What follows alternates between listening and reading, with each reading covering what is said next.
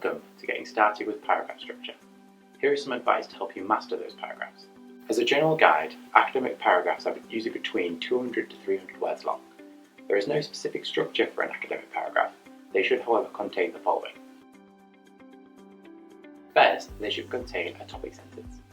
This should appear early on in the paragraph and is often, but not always, the first sentence. It should clearly state the main point that you are making in the paragraph. When you are planning essays, write down a list of your topic sentences. It's an excellent way to check your argument flows well from one point to the next. Second, evidence.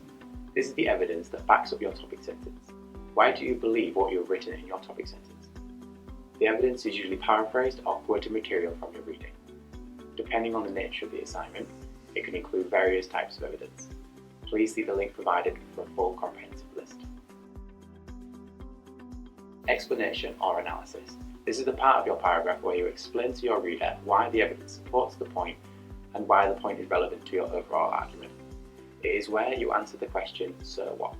Tell the reader how the information in the paragraph helps you answer the question and how it leads to your conclusion. Your analysis should attempt to persuade the reader that your conclusion is the correct one. These are the parts of the paragraph that will get you the high marks in any marking scheme. Lastly, link. Links are optional, but it'll help your argument flow.